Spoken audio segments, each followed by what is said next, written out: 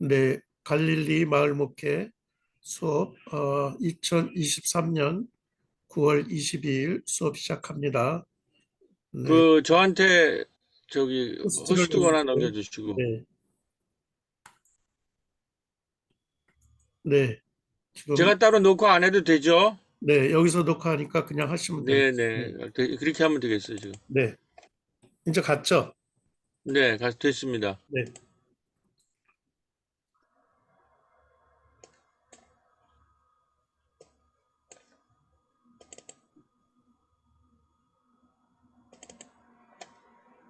지금 보이시나요? 네, 네, 감사합니다.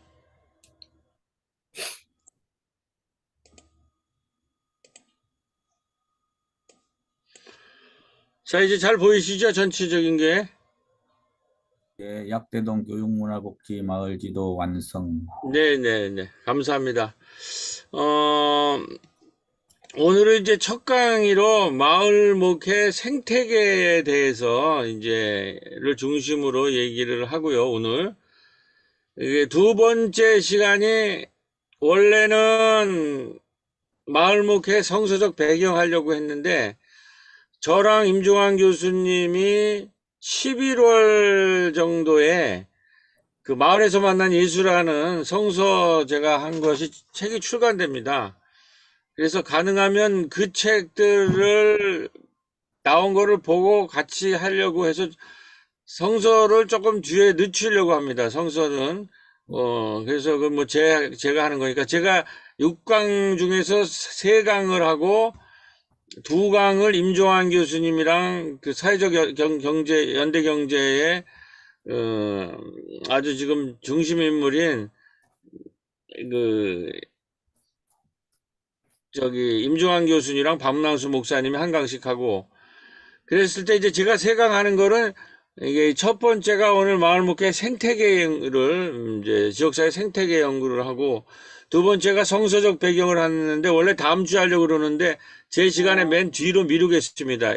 이 책이 나오면 하면 좋아서 그렇게 하고 이제 제가 하는 세 번째는 코로나 이후에 마당교회 플랫폼 교회에 관한 거로 이제 요게 이제 제가 요번 강의에 좀 핵심적인 건데 플랫폼으로서의 마을 목회, 요거를 이제, 다음, 그러니까 10월 6일인가, 다음 주는 추석이니까 쉬고, 그 10월 6일인가, 이제 두 번째 시간에 원래 마당으로서 교회를 하고, 생태계, 마당의 교회, 그 다음에 나중에 성서적 배경을 맨 마지막에 미룬다라는 말씀을 좀 드리면서, 오늘 이제 이 마을 목회 생태계로 출발해 보도록 하겠습니다. 그 전에, 지금 이제 코로나 이후에 이제 문명 전환기에 이제 마을 목회로서 많은 아시다시피 지금 학자들 사이에서도 노영상 교수나 실천신대 쪽에 있는 교수들이 코로나 이후에 마을 목회가 대안이다 이제 이런 얘기들을 많이 하고 있습니다. 그래서 특히 우리 갈릴리 신학교에서 이거를 다루고 있고, 이제 갈릴리 신학에서는 여기 이제 이주민 선교, 사회적 경제, 농촌 쪽이 여기가 굉장히 마을 목회적으로 접근하기가 좋아서 여기와 우리 마을 목회 협동조합이랑 지금 연대해서 사회적 연대 마을 목회 대학이라는 거를 요번에 이제 출발을 시킨 겁니다. 지금 이건 그냥 스쳐 지나가서 들어도 됩니다. 지금 하여튼 코로나 이후에 가장 많이 얘기하는 것이 건물 중심의 교회가 지금 끝났다. 코로나 이후에. 그래서, 제일 지금 마을목회 핵심은 예수를 따르는 크리스찬이티인가, 아니면 건물을 숭상하는 교회주의자인가, 이제 이게 실천신대의 이제 누구야? 정 교수님, 정지현 교수님이 많이 하는 얘기인데, 그 다음에 이제 탈교회와, 그러니까 코로나 이후에 이제 교회 목회에 가장 큰 영향을 미치는 거는 건물 중심주의가 시대가 끝났고, 그 다음에 코로나라고 하는 것이 경제 성장도 이제 산업 물질 문명이 만들었던 그 무한 경쟁과 무한 생산 소비 폐기 이러한 것의 시대가 끝났기 때문에 탈성장 탈교회라는 것들이 굉장히 중심적이 돼요. 우리가 옛날에 서구교회 놓고 교회가 텅텅 비어간다 그러는데 우리나라에 급속도로 이제 이 탈성장 시대도 탈성장 그게 지금 탈교회로 영향을 미치는데 이미 결혼을 하지 않고 그 다음에 이제 미혼율이나 이러한 이 MZ 세대나 이런 게 최저 출산율 이런 것 때문에 성장 시대와 교회 중심 시대가 이제 코로나 이후로 이제 끝나가고 있다라는 거죠. 정재원 교수님네 거기에서 제가 10월 초에 그 마을 그 플랫폼 교회, 마을 마당 교회에 대해서 강의 요청이 있어서 제가 그 한참 준비하고 있는데 정 교수님이 코로나 이후의 교회 생태계를 요약한 걸 최근에 이게 굉장히 이제 최근 데이터입니다. 코로나 이후의 교회가 헌금은 회복되었지만 소그룹 활동, 성경 공부, 전도, 지역 봉사가 모두 60% 정도의 과거에 비해서 코로나 이전부터 전체적으로 다 아시다시피 30%가 급감한다고 그러잖아요.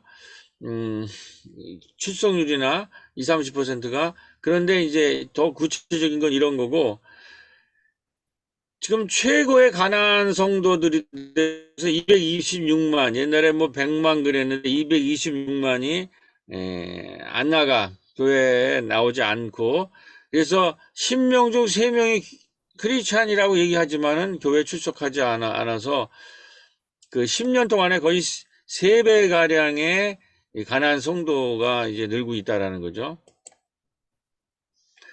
이제 여기에서 이런 것만 아니라 그 신앙의 심리적으로도 이제 플로팅 크리스찬이 새로운 신앙 형태로 등장하고 있는데 플로팅이 아시다시피 떠도는 사람들은요 옛날부터 쇼핑하고 이러는 사람들이 이러한 신앙 형태로 되면서 교회에 있으면서 봉사를 하거나 직분 받는 거 옛날에는 막 직분을 받으려고 싸움하고 그랬는데 직분 모든 뭐 봉사나 이런 걸 전부 이제 부담스러워하고 주일 예배조차도 온라인으로 드리는 경우가 많고 그러니까 예배 나오지도 않고 예배 나오지만은 온라인으로 또 드리려고 하고 그러니까 목사로서는 전통적인 관점에서 보면은 과거에 우리가 교회에 특히 뭐 부흥기의 신앙으로는 도저히 감당할 수 없는 신앙이 크게 약화됐다고 보통 얘기를 한단 말이에요. 이런 거 보면. 근데 이제 정재원 교수는 이렇게만 보면 문제 해결 방법이 없다는 거죠. 이게 이런 시대가 오고 있는 거예요.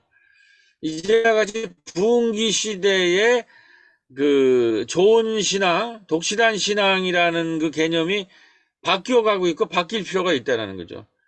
이러한 새로운 눈으로 그러면 이 교회에 탈교에 오지 않는 이 성도들과 함께 어떻게 목회하고 그리고 정말 크리스찬이니까 교회주의자 그동안 우리가 경험한 신앙에는 교회주의자라는 거죠. 처치니안이라고 처치니안 이런 것이 아니라 크리스찬이라고 하는 거는 그럼 어떻게 해야 될까요? 새로운 신앙의 형태에 대해서 토론이 붙어야 된다는 거예요.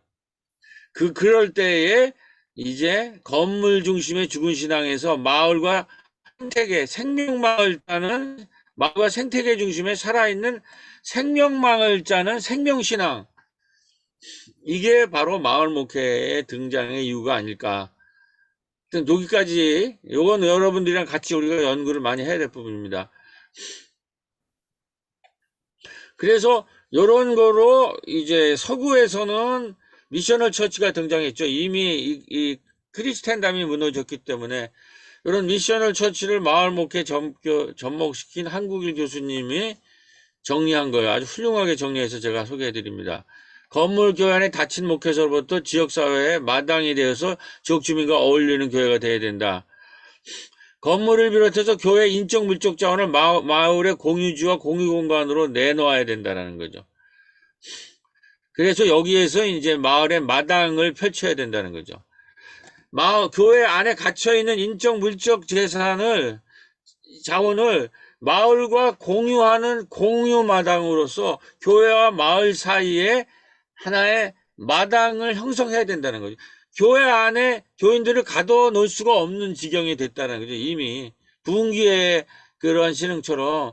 그러니까 그 공유 재산을 신뢰도도 떨어졌으니까 공유 인적 물적 건물도 갖고 있고 여러 가지 인적 자원도 있잖아. 그거를 교회가 사유하지 않고 마을이라는 곳에 공유 마당으로 해서 그 공유지를 중간에 경계선에 교회와 마당의 경계선에 공유지를 만들어서 공유 마당을 만들어야 된다는 거죠. 그리고 지금 한국 교인수와 재정의 30%가 감소하는 이 시대에 결국은 교회가 마을과 어떻게 네트워크 하느냐에 따라서 이걸 커버할 수 있다는 거예요. 교회 안에 잡혀되어 있어 가지고는 사람들이 교회 안으로 들어오지 않아요. 사람들이 오는 것은 우리가 마을 목회에 가면 이 공유 마당에 온다라는 거죠. 교회까지 올 필요가 없어요. 마을 사람들은. 그러니까 공유 마당에 오고 그 공유 마당에 온 분의 일부가 신앙을 갖게 되는 거거든요. 이런 새로운 사고를 해야 된다는 거죠. 옛날에 부흥기 때의 성장 시대의 그 개념을 가지고 지금 코로나 이후에 탈성장, 탈교회 시대를 교회가 맞이할 수 없다라는 거죠. 그리고 나중에 나오겠지만 이제 이 코로나가 결국은 물질 문명, 산업 물질 문명을 붕괴시켰기 때문에 물질이 풍요로운 시대가 끝났고 이제는 교회는 물질이 풍요로운 게 아니라 돌봄과 생명이 풍요로운 새로운 시대로 가야 된다. 하여튼 이런 것이 새로운 이제 관점이고, 그걸 좀 요약해 보면 건물 중심에서 마을 중심으로 성장해서 생명 중심으로, 그 다음에 소그룹이 가장 큰 것이 아니라 교회 안에서도 소그룹 중심으로부터 할 수 있는 것을 가지고 마을의 마당을 펼치기 시작해야 된다는 거죠. 이 출발점을. 거기서 또 중요한 것은 온라인 시대가 돼서 교인들이 교회 안 나올 뿐만 아니라 나와도 온라인으로 할 때 온오프 온라인 플랫폼을 만들어야 된다는 거예요. 플랫폼이 오프라인 플랫폼만 갖고 안 되는 거죠. 온오프 온라인 플랫폼으로 해서 이 전체 그림을 보면 돌봄, 건강, 문화예술, 생태라는 이런 전반의 마을의 마당 플랫폼을 만들어야 된다는 거죠. 코로나 이전에는 이런 거가 필요 없었어요. 교회 안에만 들어온 사람만 가지고 목회했는데, 근데 이제는 이런 교회 밖에 있는 마을 사람들이랑 어울리면 이 돌봄이라는 영역이 가장 중요해지는 생명과 돌봄이라는 영역을 다시 해석하면 돌봄 시대에 돌봄이라는 거, 건강이라는 거, 문화적 돌봄, 건강적 돌봄, 생태적 돌봄까지. 그래서 마을에 생명의 망을 만약에 짜기 시작한다 그러면 사람들이 야, 이거 교회 갈 필요가 있겠구나. 교회 안 나오더라도 교회와 마을의 그 경계선에 있는 마당에서 우리가 어울릴 수 있다는 거죠. 그 플랫폼에서. 모든 게 지금 플랫폼 시대로 가는데 교회도 이런 플랫폼이 가능하다라는 거예요. 제가 지금 약대동에서 실험하고 있는 내용이 이런 건데. 자, 그래서 이거를 이제 결국 그 산업 물질 문명에서 생태 문명으로 간다는데, 생태 문명은 생명망을 짜는 거잖아요. 그 생명망을 짜는 거를 우리가 4가지 생태계로 한번 제가 요약을 해봤어요. 결국은 산업화 이후에는 교회의 양적인 걸 늘리는 게 아니라 교회가 이러한 생태계를 갖고 있느냐, 교회와 마을의 안에 경계선 안에서 공유지에서 이런 생태계를 가지고 생명망을 짤 수 있느냐라는 것에서 결론이 나는데, 이 생명망을 저는 뭐 간단하게 하여튼 4개로 좀 생각을 해봤습니다. 모든 사람이 요즘 플랫폼 시대라고 그러는데, 플랫폼이라는 말이 좀 서구말이라 우리한테 안 다가오기 때문에 마당이라는 말로 하면 우리는 금방 다뤄오죠. 우리나라는 뭐 한국인은 모든 게 마당 개념 아니에요. 그래서 학습 생태계, 학습마당, 복지 생태계, 복지마당, 문화 생태계, 문화마당, 그 다음에 이거를 영적 돌봄으로 묶는 거, 그걸 우리가 신방이라고 그러고, 목양이라고 그러죠. 이런 식으로 이제 마당교회가, 마을 목회가 좀 일원화되지 않겠는가. 이렇게 하고, 여기에 이제 각 농촌 분야, 사회적 경제 분야, 이주민 분야, 이런 분들이 같이 모여서 이런 거를 이제 한국의 신학으로 이제 정립할 때가 됐다라는 거죠. 제가 임종환 교수랑 지금 인도네시아 가서 이 아시아에서 마을 목회를 요청하고 있기 때문에 특히 이제 박순정 목사님한테 기대가 큰데 인도네시아 갔다 왔는데 제가 다음 주나 오늘 잠깐 소개하고 이제 본격적으로 마당 목회 할 때 얘기할 텐데 거기서 굉장히 필요가 있어서 좋은 성과를 갖고 있어요. 그래서 이런 거를 같이, 그래서 제가 지금 조영희 목사님한테 권유를 했는데 들어와서 감사하고, 하여튼 어제는 또 우리 신승원 목사님도 했는데 지금 너무 바빠서 뭐 다음 학기쯤에 한번 고려해 보겠다고 그래서 우리 지금 인재들을 여기 들어와서 이걸 같이 공부해서 이걸 한 사람이 할 수 있는 일이 아닙니다. 그래서 요걸 개설했는데 우리 교무처장 홍 박사가 허락을 해서 지금 이게 성사가 돼서 이게 굉장히 지금 중요한 위치에 있다고 이제 상황입니다. 자, 그럼 학습 생태계부터 학습 마당부터 하면 이거 우리 이제 마을 전체가 배움터라는 얘기 아닙니까? 이거는 소위 말해서 지금 교육에서도 평생학습 시대가 왔기 때문에 학교가 더 이상의 교육의 중심에 서 있을 수가 없어요. 지역사회라는 것이 가장 중요한 교육의 공간이고 그것이 이제 마을 목회에서 가장 중요한 학습 생태계가 이제 될 수 있는 건데 내가 이건 여러 번 했기 때문에 다 아는 얘기라서 뭐 약대동 같은 경우 보면 이렇게 뭐 도서관, 카페, 쉼터 이런 마을 전체가 지금 학습 생태계가 형성이 돼 있는 거죠. 그 다음에서 이제 이런 거를 우리 여름 마을 학교 같은 경우로 여름 성경학교 마을 학교로 엮여서 마을에 있는 학습 생태계와 교회에 있는 교회 학교랑 엮어가지고 마을 전체를 마을 목회라는 게 학습 생태계로 만들자. 그건 뭐 이제 다 아는 얘기고 제가 뭐 한 10여 년 전부터 얘기를 했는데 이제 최근에 완전히 새로운 국면에 처해 있어서 오늘 이제 제가 그 얘기를 이제 하려고 합니다. 이 상황에서 학습 생태계라는 게 뭐냐.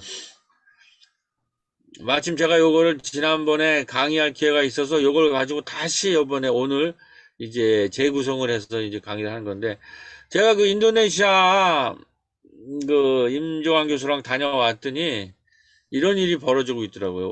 오염수가 방류가 됐고 교사들이 자살을 하는데 100여 명 정도가 자살을 한다, 우리 사회가.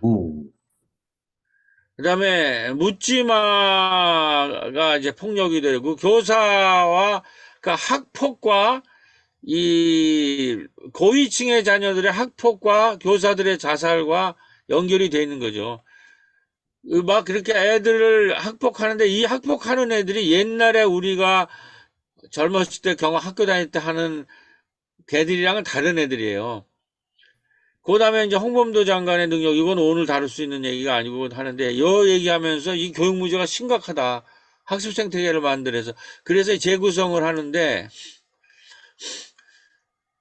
이 글로리아에서 학폭이, 우리가 경험 학폭이 다른데, 옛날에는 가난한 애지만 힘이 있는 애들이 뭉쳐가지고 불만을 포로하고, 이제 애들도 뭐 좀 때리고 뭐, 이런 정도면, 선생님이 걔들 야단치면 걔들이 말을 듣는 시대였다고, 우리 때는.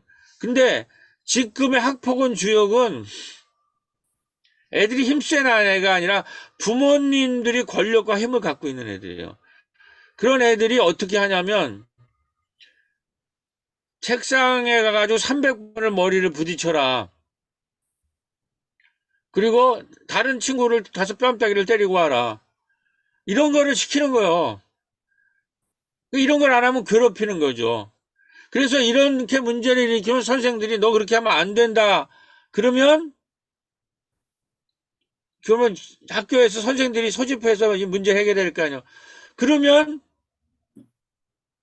부모들이 전화를 하고 교사한테 부모들이 대들고 교사들이 이걸 가지고 기록을 하거나 문제를 삼으면 그거를 그게 이제 자기 애들 인류대학교 가는데 문제가 되니까 그 애들을 그 교사를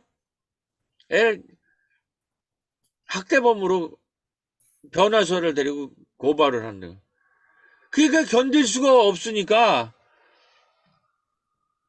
여기 보면 BBC가 이걸 보고했는데 한국의 교사들이 10만 명이 매일처럼 지금 어마어마한 시위가 일어났잖아. 한국 교육계 내에서 학생들 사이에 괴롭힘과 폭력이 큰 문제고 극단 선택을 한 교사가 100명에 이르고 이것이 이 이유가 뭐냐면 한국 사회 교육의 초경쟁 사회이기 때문에 이게 일어난다는 거예요. 이걸 학교가 해결을 못하고 근데 이 문제의 핵심이 이런 문제의 핵심이 언제부터 일어났느냐 요게 이제 김누리 교수의 이론이에요. 교육이 시장화되면서부터 다시 말해서 교육을 학원에 맡긴 거부터 그래서 걔네들이 이제 성인이 되면서 이게 글로리아 시대가 오는 거예요.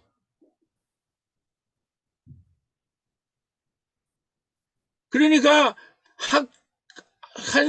이게 학생들한테 제대로 된 인성교육을 하면 학부모들부터 데모를 한다고. 그런 거 하지 말고 애들을 대학 입시 교육을 가르쳐라. 그리고 아무리 잘못을 해도 학생, 선생이 뭔가 그걸 지도하는 것에 대해서 다 이제 막고 변호사 대등해서 고발하고 학부모의 악성민원 교육시장에 참혹한다면 소비자의 갑질이 학교에서 나타나게. 이 소비자가 된 거예요. 그러니까는 학교에서도 입시교육위에 가르치지 말고 뭐 그런 애들이 그리고 부모가 힘센 애들은 어떻게 해도 절대로 교정받지 않는 애들로 탄생하니까 이런 애들이 지금 성인이 돼가지고 인류대학교 가고 사회에 지금 중요한 결정 위치에 있으니까 이 사회가 이게 제대로 될 거냐는 거죠, 이게. 급진적 시장. 교회도 마찬가지예요. 교회도 이게 들어보니까 우리 오염수 이런 거 목사들이 이렇게 하려고 그러면 장로들이나 사회 높은 위치에 있는 사람들이 거기에 대한 민원식으로 한다는 거예요. 그러니까 목사들도 꼼짝 못 하는 거예요. 의로운 거 우리가 성서적으로 신앙적인 거 하면 그것에 대해서 교인 중에 힘 있는 교인들이 반대하고 이렇게 이게 교회도 시장화되는 거 아니에요. 이 문제를 해결하지 않는 한 교회고 학교고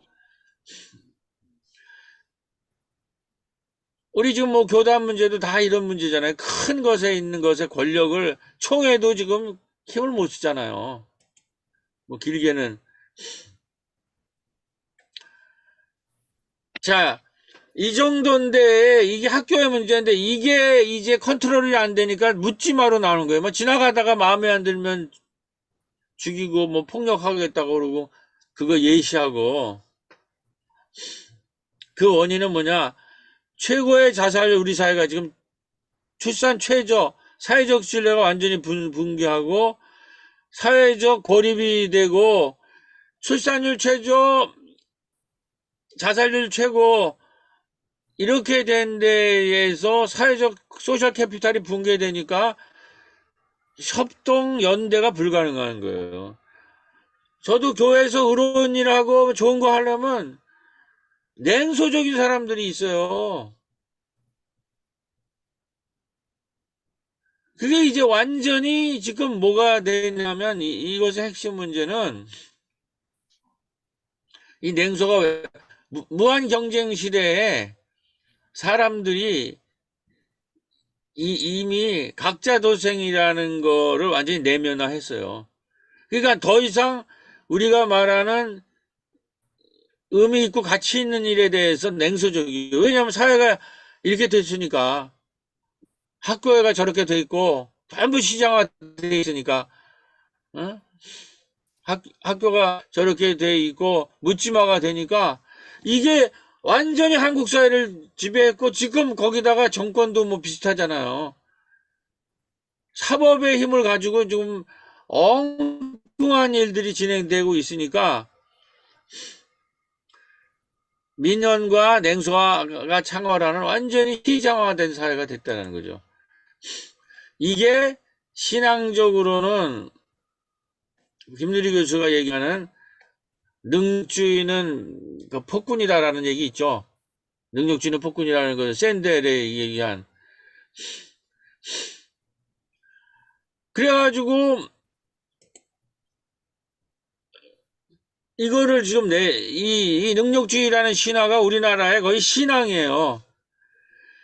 이제 이 능력주의의 신앙에 소위 말해서 성서적인 게 뭐냐면, 성서에 누가 능력주의의 신봉자이냐, 그들이 바로 바리새예요. 이거 하면 한참 할 것 같아서 제가 그 자료를 올려드릴 테니까 그거를 보시고, 제가 이번에 내는 책에 이런 게 자세하게 좀 얘기를 해놨습니다. 바리새 신앙이 오늘 말하는 능력주의 신앙이라는 거예요. 자, 그거를 이제 조금 더, 그래서 이제 우리 교회에서는 교사대학 같은 걸 하죠. 우리 여름 마을 학교 같은 데서 이제 이러한 교육을, 이제 평생학습 시대에 마을에서는 학습 생태계란 말고, 그 교회는 교회 학교를 지역사회와 함께 하는 거로 해서 꾸준히 10여 년 동안 마을 대학을 여름에 성경학교가 아니라 마을 대학을 해왔습니다. 그 다음에 평신도주의를 올해 만들어가지고 에큐메니컬 지역 연대의 날 해가지고 여기 우리 선희정 집사 중심으로 마을 학교도 했고, 어르신들의 그 돌봄 네트워크 하는 사람이 지역사회와 연대하는 걸 발표하는 정수영 집사님이 하고, 우리 임소연이라고 하는 젊은 친구가 기후위기에 대해서 평신도의 날에 했는데, 요때 자료로 여기 사진 임선미 목사님이 제가 그 오염수하는 그 자료를 이렇게 발표한 그런 그 자료를 여기 촬영했다는 걸 말씀드리겠습니다. 그리고 코로나가 한창 있었던 날에 때 전국적으로 뭐가 있었냐면, 마을 대학을 만들어야 되겠다. 그래가지고 이 마을 대학 전국 모임이 있었는데, 제가 우리에 있는 그 마을에 있는 돌봄 네트워크에 있는 분들 10분한테 10,000원씩 출자 받아서 10만 원을 만들고, 우리 지역에 있는 5군데를 네트워크 해가지고 50만 원을 만들어서 마을대학 전국 모임에 아우네 쉼터 플레이스, 어제 우리 일하는 예수에 수련회한 여기에 가가지고 50만 원을 가가지고 마을대학 그 조합원으로 우리가 참여를 했어요. 이게 17 군데가 된다는 거예요. 근데 지금 어제까지 해서 3강이 걸쳐졌는데, 첫 번째는 그 양희찬 선생의 간디 학교에 대해서, 두 번째 선생은 황대권 그 생태 철학자에 의해서 그 토트네스 랑 그 대학 유명한 슈마 컬리지에 관한 거. 어제는 마을공화국에 대해서 우리 임진철 우리 목사님이 강의했는데, 이게 지금 64명이 등록을 했어요. 우리 부천에서는 8명이 등록해가지고 5명이 참여하고, 인천에 협동정학의 지금 회장이 우리 갈릴리 교수인 그 김영철 목사인데, 김영철 목사네 인천도 7사람이 참여하고. 그런데 이제 양희청 선생이 간디 학교 하면서 이렇게 얘기해요. 배운다는 것은 꿈을 꾸는 거, 가르친다는 것은 희망을 노래하는 거, 이런 얘기를 하는데, 지금 문제는 뭐냐, 우리 아이들이 전부 시장에 맡겨서 입시 제도에 초경쟁에 해가지고 각자 도생에 완전히 물들어가지고 꿈과 환상이 없어요. 각자 도정에 시장만 남았단 말이야, 우리 교육이. 학교 학원이 그러기 때문에 마을대학이 필요하다는 거예요. 완전히 붕괴되어 있다는 거예요. 이 애들이. 학폭이 일어나고 교사들이 100여 명이 자살을 하는, 이게 무슨 교육이냐는 거죠. 그러니까 지역사회 중심으로, 평생학습의 지역사회 중심으로 마을대학을 만들려고 했는데, 2년 전에 했는데, 요번에 해보니까는 그 17개뿐만 아니라 전국에 있는 마을대학에 있는 분들이 65명이 등록을 해가지고, 여기 보면 두 번째 슈마 컬리지 할 때 40여 명이 이제 온라인으로 한 거예요. 우리도 지금 12명인가 이 저 마을대학이 여기 사회적 연대 마을대학에 참여하는데 깜짝 놀랐어요. 전국의 제주도 뭐 광주 뭐 제천 이런 데서 제가 마을 교육을 하는데 배우고 싶습니다. 이렇게 해가지고. 그러니까 지금 마을의 시대가 온 거예요. 한쪽에서는 냉소하고 이렇게 희망이 없고 꿈이 없는 계제지만 그런 제도권을 넘어서 우리 스스로 지역사회 단위로 우리가 여기 간디 꿈과 환상이 없고 냉소하는 데서 절망간에 각자 도의 시장에 대해서 배운다는 것은 꿈을 꾸는 거, 가르친다는 것은 희망을 노래하는 거. 그 다음날 내가 저 우연하게 그 운전을 하다가 보니까는 KBS FM 라디오에 저녁 6시에 세계음악에서 이 노래가 나오더라고요. 이 양희창 작사의. 자, 그래서 제가 이거 교회에서 설교를 했는데, 이 슈마 대학 이거 하면서 우리 황대건 철학자는 뭐라고 얘기했냐면, 이 한 마을을 일으키는 데에 100년 걸린다고 그러더라고요. 처음에 지금 세계적인 전환 마을을 한 토트네스를 하기 전에 나팅턴 트러스트라고 젊은 부부가 와서 이 공동체 토양을 닦고 그 이후에 슈마 컬리지가 들어와서 아시죠? 슈마허라고 하는 작은 것이 어렵다는 사람이 대학을 세우고 그 다음에 전환마을운동이라는 것이 킨데일에서 토트네스로 이주하면서 여기에 있는 강사가 1호로 돼갖고 지금 50여 개국, 1400국 공동체가 참여를 하고 있다는 거죠. 그러면서 지금 이 에너지 위기와 공동체 붕괴에 대한 유일한 대안이 이 전환마을에서 나오고 있는데 요건 아마 김영철 박사가 자세하게 자기 강의에서 할 거예요. 제가 이제 맛보기로 교육 문제가 어떻게 우리가 마을의 학습 생태계를 만들다가 그것이 마을 대학을 만들게 되고 이런 강사가 개설이 됐는데 지금 64명이 돼 있고 우리도 여기 지금 이 강좌에 13명이 이제 참여를 하는 거는 이게 저는 저로 개인으로서 굉장히 기적과 같은 얘기예요. 근데 이제 저도 은퇴를 2년 앞에 두고 있는데 37년 동안 이제 40년에 제가 마무리하려고 하는데 100년이 걸린다고 하는 거예요. 그러면서 황대건 선생님이 제가 여기 교훈을 받아서 이게 설교를 이걸 했는데 정부니 주연이 아니라 마을 사람 스스로의 힘으로 일어서야 된다. 근데 우리 마을에서는 지금 스스로 이렇게 어르신들과 교인들이 지금 나오지 못하고 우리 교회도 나와도 주물하는 거에 있어서 옛날과 같지가 않아요. 근데 어르신들이 또 예배에 참여하고 마을 돌봄 대학 같은 것들을 이번에 하는 것들에 참여하고 가을에는 돌봄 마실 같은 것들 여행 이런 게 생겨가지고 희망이 있는 거예요. 그리고 제가 은퇴를 하려도 100년이 걸린다고 하니까 이분들이 마을을 지키면 이것이 전환 마을 같은 것이 불가능하지 않겠다 약대동에 하여튼 그런 희망이 있어서 여기 지금 가져와 봤습니다. 자, 그런데 여기에 이제 강의에 참여한 거고 건강하게 산다는 게 뭔다는 건데 이따가 다시 말씀드리겠습니다. 하여튼 이렇게 많은 분들이 이게 지금 하나로 안 돼서 참여를 했고요. 학습 생태계라는 마을 생태계를 우리가 이렇게 만드는 건데 초기에는 교회 중심으로 했는데 이게 지금 학교가 무너지고 교사들이 자살하고 막 이제 묻지마까지 연결되니까 여기서 마을 대학까지로 간다. 이 생태계가 그 말씀을 드리는 거고. 그 다음에 이제 복지 생태계를 만드는, 우리가 생명망을 짜는 건데, 결국은 우리는 이제 교회 안에 사람을 가두는 게 아니라 교회와 마을의 경계선에서 공유지를 만들고 생명을 짜는 건데, 그 두 번째는 복지 생태계를 만드는 겁니다. 거기에 이제 약대동에서는 2012년 세계 협동조합회 그 다음 해부터 이런 복지의 시대가 열렸습니다. 우리 달나라 토끼 협동조합이라는 거를 우리가 이제 그때 만들었고, 거기서 하는 뭐 내용들은 되게 배움 상생 문화 소통 한대 이런 얘기들을 이제 협동조합이 있으니까 이게 협동조합이 생기고 그다음에 이제 꼽소리 영화제가 생기면서 우리가 이제 명실공히 마을 교회로 등장을 했습니다.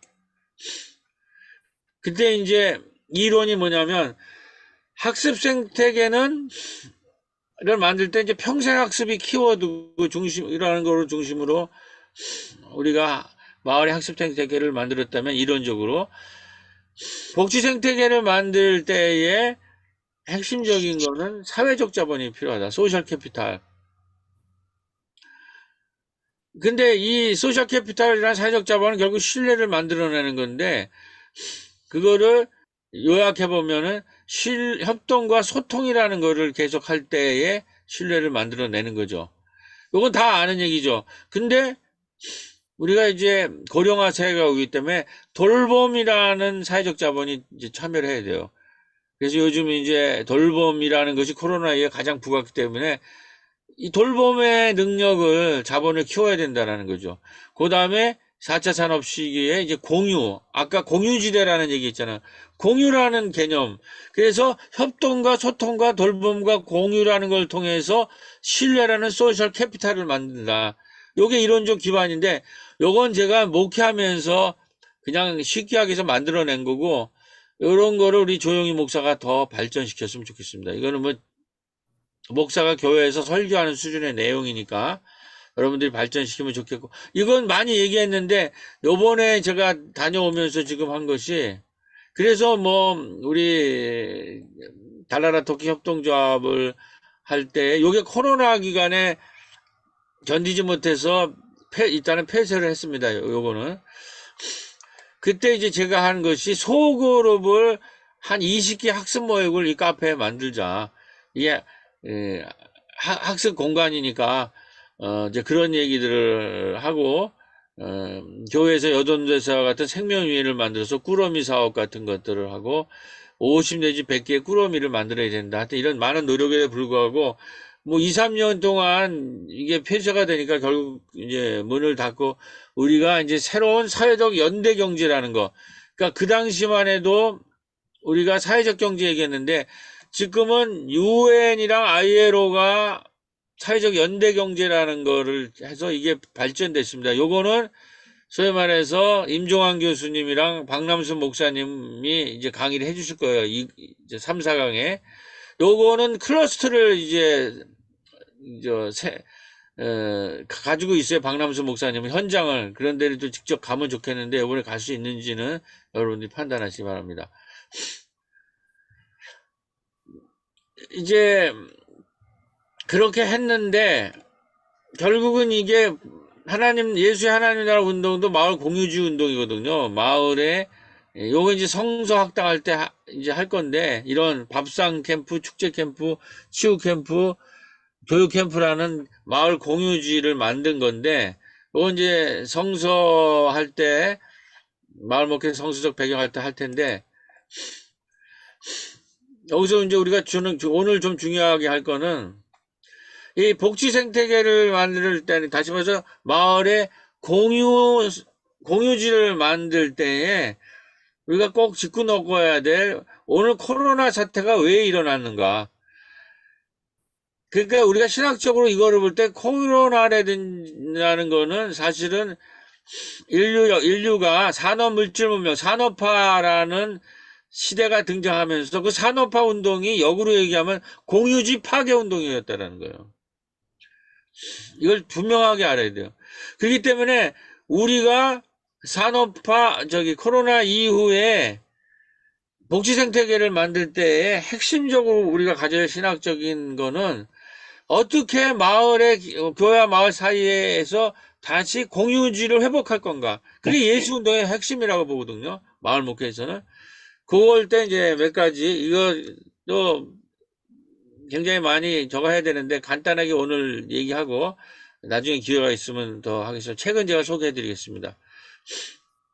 그러니까 산업화적은 인클로저로 일어난 건 다 알죠. 인클로저라는 건 뭐예요? 인클로저, 울타리를 쳐서 양이 사람을 몰아낸다고 그러잖아요. 거기에 양모 산업을 하려고 농소에 살던 사람들 전부 양을 키우고 양털을 뽑아내가지고 산업 공장에서 양모를 하려고 사람을 쫓겨내면서 그 노동력이 전부 도시 빈민이 되고 그 사람을 중심으로 산업 노동 물질 생산이 무한 경제 생산으로 산업혁명이 일어나잖아요. 그때에 이 원시적 자본 축적이 엔클로저를 통해서 노동자를 토지에서 쫓겨내고 이들이 자기의 노동력을 파는 도시 빈민이 되면서 되는 건데, 이거 신화학적으로나 사회적으로 보면 공유지를 해서 쫓아내 울타리를, 공유지가 상실된 거예요. 그러니까 이걸 회복하려면 이게 무한생산, 무한소비, 무한폐기라고 하는 거로 산업물질 문명을 만들었고, 지금 무한폐기 때문에 인류 문명이 견딜 수가 없어서 코로나가 등장했기 때문에 이 성장주의라는 무한생산주의를 탈성장으로 넘겨야 된다는 거죠.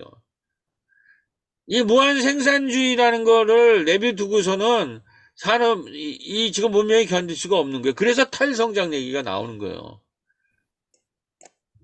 그 거대한 분리 다 쫓아내는 것에서 이제 탈성장하고 다시 연결. 탈성장이라는 것은 다시 공동체라는 공유지를 다시 세우는 거예요. 이거에 대한 핵심적으로, 그리고 그게 생명 공동체를 이것에 대한 것이 없이로는 우리가 공유지를 만들 수가 없다. 뭐 이거는 다 아는 것 텐데, 엔클로저 운동, 공유지 이용공제, 땅에서 쫓겨난 노동, 임금 노동, 자유노동자, 이걸 가지고 이제 식민지, 남의 나라에서 식민지도 다 이렇게 만들었어요. 그런데 이런 거를 정당화시킨 게 서구 근대 과학주의나 서구 근대 근대화라는 이론이라는 거예요. 그걸 가만히 지금 다시 보면 베이컨이라는 놈은 자연을 말하자면 고문해야 된다는 거예요. 마음대로 수탈할 수 있다고. 데카르타라는 것은 영혼이 없는 물질과 동생물은 마음대로 수탈할 수 있다는 거예요. 이게 과학의 이름으로 자연을 수탈하고 식민지 백성을 수탈하고 식민할 수 있는 거를 전부 이론화한 거예요. 그래서 베이컨은 살아있는 동물을 해부하고 실험할 수 있는 거에 대한 전부 합법화시켰다는 거예요. 이제는 이런 얘기를 해야 돼요. 이러한 거로 사람들을 생명 공동체에서 다 분리시켜가지고 수탈한 거. 그렇게 하니까 그 운동이 산업물질운동으로 되고 그 운동이 200년 동안 전개되니까는 도저히 자연도 살 수 없고 인간도 견딜 수 없는 완전히 붕괴의 경험이 왔을 때 자연이 먼저 반란을 일으킨 거예요. 코로나로.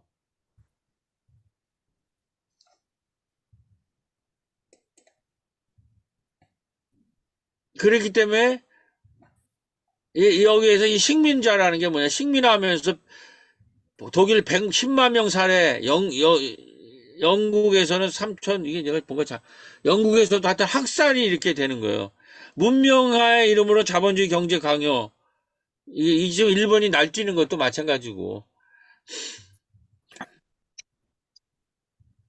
독일 귀족 농민을 10만 명 학살한 것처럼 스페인 왕이 멕시코 선주면 10만 명 학살한 것을 영예를 시사한 것처럼 이처럼 근대 산업 문명의 운동의 출발은 반생명적 엔클로저와 식민운동이랬다는 거죠. 자, 그렇기 때문에 이제 생명 해결, 우리가 돌봄과 생명이잖아요. 물질의 풍요가 아니라 관계의 풍요와 돌봄의 풍요, 이런 생명의 영성이 필요하다는 거죠. 예배를 드리는다라는 것도 지금 학자들에 의하면 일주일에 4일, 하루에 6시간만 해도 우리가 분배를 잘하면은 다 먹여 살릴 수 있다는 거예요, 인류를. 근데 이게 소수가 이걸 전부 수탈하고 독점하기 때문에 8시간 하고 6일을 하고, 그리고 그것도 우리나라는 막 노동시간을 늘리려는 건데, 이거를 분배를 안 하기 때문에, 그래서 하루에 일주일에 4일 6시간 하고 남는 시간을 가지고 일하는 사람들이 전혀 학습 생태계를 만들고 평생 학습을 하고, 그 다음에 젊은이들은 사회적 기업을 만드는, 이게 시간이 없으면 노동자들이 이러한 평생 학습이나 사회적 기업을 일으키지를 못해요. 그러니까 노동 시간을 줄이고 요일도 줄여서 남는 시간에 평생 학습도 하고 사회적 기업도 이루고 그 생태 축제도 일으키고, 이 충분히 이런 사회를 우리 인류가 갖고 있는 생산력을 분배하면 만들 수 있다라는 거죠. 그리고 주일이라는 것도 마찬가지예요. 그리었을 때 안식이라는 게 가능하잖아요. 그러니까 우리가 앞으로 풍요로운 예배를 드리려면 주일에 4일 하루에 6시간 일하는 안식일과 희년이라는 제대로 된 예배를 드려야 된단 말이에요. 다시 말해서 노동시간을 줄이고 남는 시간에 평생 학습을 하고 사회적 경제를 일으키고 유기농 축제를 함께하고 주일날은 하나님께 나와서 자연과 함께 예배를 드려야 된다는 거예요. 이러한 희년적 세계관으로 돼야 이게 제대로 된 인간이지, 이런 것 없이 맨날 힘들어 노동하는 사람 주일날 또 나와서 또 하루 종일 교회에 있어만 가둬놓고 일하라. 그거를 이제 더 이상 받아들이지 않는다는 거죠. 이 모든 것이 가능하려면 바로 가장 중요한 것은 탈성장과 공유지로 말미암은 공동체의 생명과 돌봄의 풍요가 있어야 된다. 그래서 처음엔 저도 사회적 경제를 얘기를 했는데 와보니까 뭐예요? 묻지마 칼부림 행인 2명 찌른 50대 남성, 그 다음에 이것뿐만 아니라 교사로 해서 사회 전체는 이렇게 되고, 그래서 내가 누굴 죽이고 폭력하겠다라는 게 지금 매일처럼 도배하고 있잖아요. 이 묻지마의 근본적인 치유법은 돌봄마을과 사회적 연대경제가 되지 않으면 이거 치료를 못한다는 거예요. 돌봄마을이라는 거는 이런 게 일어나는 것에 나중에 자세히 얘기했지만, 저출산이나 묻지마나 이게 다 왜 그러냐면 사회적인 자궁, 이 사회라는 것은 공동체고, 이 공동체로는 생명을 키우는 자궁의 역할을 해야 되는데, 조한혜정 교수에 하면 우리나라는 사회가 생명을 양육하고 출산하고 키우는 사회적 자궁이 붕괴되어 있다는 거예요. 엄마 뱃속에서, 그러니까 출산에 대한 젊은이들이 상상력이 붕괴되어 있어요. 그러니까 0.75에서 0.6 몇십 조를 투자해도 출산율이 안 오는 거예요. 왜냐하면 생명을 출산하는 자궁이 붕괴됐기 때문에. 그리고 핵심은 사회적 자궁이 붕괴된 건데, 그 사회적 자궁을 다시 하려면 엄마 뱃속 말고 사회적 자궁을 될 수 있는 것이 마을뿐이 없잖아요. 그러니까 생명을 출산하는 상상력을 갖고 양육하고 키우는 마을이 어떻게 되냐? 돌봄 마을이라는 거죠. 그러니까 우리 교회가 이제 돌봄 마을과 함께 돌봄 마을이라는 사회적 자궁이 되지 않을 때는 뭐 돈을 가지고 몇십 조를 절대로 불가능하다는 거죠. 출산율 높이는 게. 이런 사회가 된다는 거예요. 묻지마 칼부림이. 공포길의 퇴근길. 그랬는데 이 문제를 가지고 유엔의 연대 경제를 했을 때 요 세 사람이 모였어요. 야, 이거 심각하다. 이제 유엔이 사회적 경제가 아니라 사회적 연대 경제를 해가지고 소셜 솔리다리티라는 게, 연대라는 게 들어갔잖아요. 이거를 우리가 적극적으로 받아들여야 된다. 그렇게 해가지고 여기 토론이 확대돼가지고 갈릴리에서 사회적 연대 마을 목회 대학을 만들어야 되겠다. 근데 우리 홍성태 박사가 이거 허락을 해가지고 전격적으로 했는데 하여튼 뭐 12명, 13명이면 적지 않은 숫자예요. 여기서부터 출발해보자라는 거죠. 자, 이게 복지 생태계의 이제 흐름이고요. 이제 문화 생태계. 초기에는 우리가 2013년에 달터 협동조합이 생겼고, 그때 꼽사리 영화제라는 이제 영화제를 이제 만들었어요. 그때부터 우리는 이미 교회와 교회 안에 갇힌 것이 아닌 마을 영화제를 했는데, 우리가 기초가 있으니까 사회적 소셜 캐피탈이 있으니까 마을에 사회적 자본을 갖고 있어요. 머니 캐피탈은 우리 게 없어. 교회가 작은 교회라서 돈은 없는데 소셜 캐피탈이 있으니까 이거를 이제 사람들이 우리 신뢰해줘서 만드는 거죠.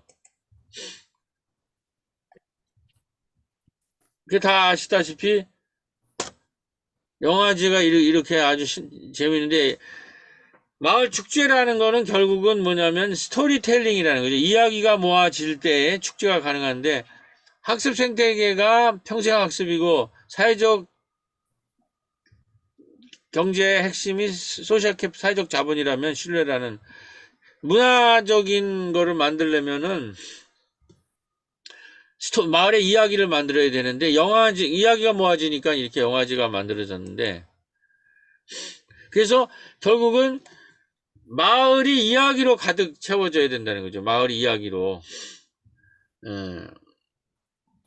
이야기로 가득 채워져야 되는데, 하여튼 영화제가 되니까 마을이 이야기가, 스토리가 텔링이 되는 거예요. 이야기가 되어 왔는데, 최근에 이제 제가, 그럼 이걸 어떻게 해야 될 건가 하면서, 이 이야기가 어떻게 전개될까 하면서, 아까 이런 우리 사회가 막 지금 교사들이 자살하고, 냉소주의나 극단적인 자살들, 또 묻지마 살해, 그 다음에 많은 사람들은 각자 도생에 물들어가는 걸 보면서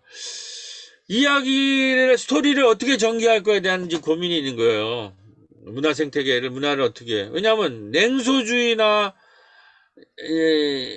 이런 각자 도생의 이런 것이 너무나 팽배했기 때문에, 그래서 이제 제가 요번에 강의를 주면서 연구를 해봤어요. 이거를 했더니 김태형이라고 하는 그 대통령의 심리학 이런 거 많이 연구한 분이 오늘 우리 사회의 전반적인 심리 상태에 대해서 많은 얘기를 방송에서 한 것들을 제가 이제 요약을 한번 해봤습니다. 이게 우리 사회 이야기가 왜 이렇게 전부 다 죽이겠다는 죽음의 이야기가 압도적이고 냉소주의인 것이, 그래서 사실 목회하면서 큰 고민이에요. 이 냉소주의가 너무, 뭐를 하자 그러면 연대, 협력 이런 것보다는 각자 도생의 아주 냉소적 이런 것들이 굉장히 강해요. 전반적으로. 그게 결론적으로는 자살로 일어나고 학폭으로 일어나고, 그 다음에 지금 묻지마까지 가는 게, 이게 지금 사회에, 물론 정권이 좀 이상해서 그런 거지만 하여튼 이게 전반을 지금 지배하고 있다는 거죠. 근데 이제 그분 얘기를 좀 하면서 이제 스토리텔링을, 그러면 그 죽음의 이야기가 압도하는 것에서 어떻게 생명의 이야기를 우리가 다시 할 수 있는가. 근데 이제 보니까는 우리가 잘 알고 있는 거는 소시오패스라는 거 알죠? 소시오패스. 그러니까 이사라는 사람들은 감정과 공감 능력이 이미 붕괴되어 있어가지고 공감을 못하는 거예요. 그러니까는 이게 제일 먼저 드러나는 게 동물학대를 하는 애들이에요. 동물학대를.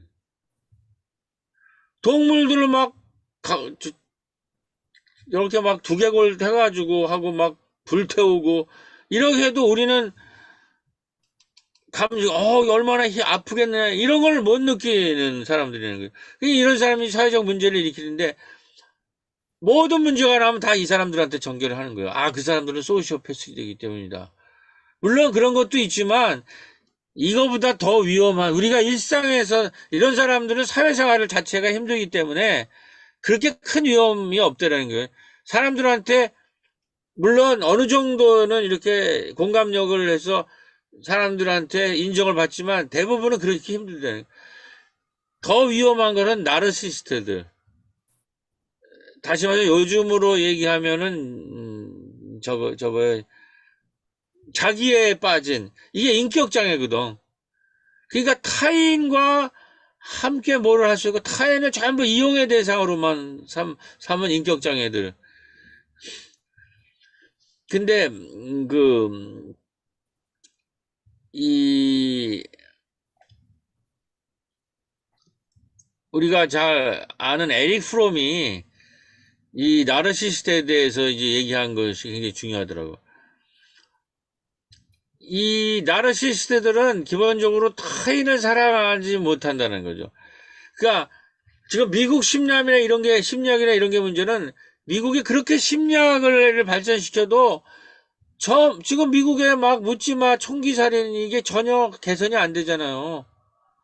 그게 전부 개인주의 심리학에 머무르기 때문에 아무런 문제 해결이 안 된다는 게 김태형 소장이 에릭 프롬을 굉장히 많이 공부하는 분인데 사회 심리학을 해야 된다는 거죠. 집단 이렇게. 그랬을 때 이제 에릭 프롬이 얘기하는 거는 에릭 프롬은 뭐냐면 사람이 성장하고 발전한다는 것은 자기와 함께 타인이라는 것에 자기의 늘 파트너가 돼서 함께 공동체나 사회의 생명을 성장시켜야 그 사람이 개인의 생명도 발전하는데 타인을 인정하지 못하고 타인을 공감 못하고 받아들이지 못하니까 그리고 너무 이용의 대상으로 보니까 결국 이 사람들은 나르시스트는 사회성이 붕괴돼서 함께 생명을 발전하고 성장을 시키는 체험을 할 수가 없다는 거죠. 그래서 이 나르시즘, 이런 자기애, 이런 거는 결국은 죽음에 대한 충동, 죽음애로, 자기 쾌락을 중심으로 죽음을 사랑하는 거로 귀결된다는 거죠. 나 그게 굉장히 공감이 되더라고. 그게 이제 그 죽음애가 결국 냉소주의와 이 지금 각자 도생의 사람들이 모이면 죽음의 사랑으로 결국 귀결이 된다는 거죠. 누구야, 그 김누리 교수는 그런 얘기하네요. 우리나라의 상황은 이건 사회라고 할 수가 없는 지경의 상황이다. 어느 정도냐면 각자 도생의 나르시스트들이 모여서 마지못해 그냥 뿔뿔이 모여 있는, 이거 공동체라고 할 수가 없다는 거예요. 전부 자기에 빠진 나르시스트, 인격적 성장이 불가능한 나르시스트들이 그냥 모래알처럼 모여 있는, 그러니까는 지금의 이 묻지마나 이런 지금 학폭, 최고의 자살률, 그리고 전부 히키코모리, 근데 그게 우리 신학적으로 보면 죽음의 애라는 거죠. 자기 애가 사회성이나 공동체성을 못하면 공동체가 없는 개인은 결국 죽음을 사랑하게 된다는 거죠. 그래서 이게 나는 하여튼 저희 개인 생각하는 수준이니까 여러분들이 좀 발전을 갖지.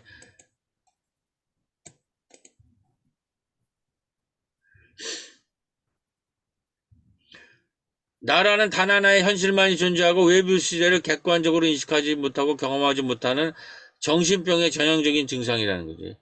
일종의 인격장애라는 거예요. 이런 사람이 많이 모여 있다는 거죠.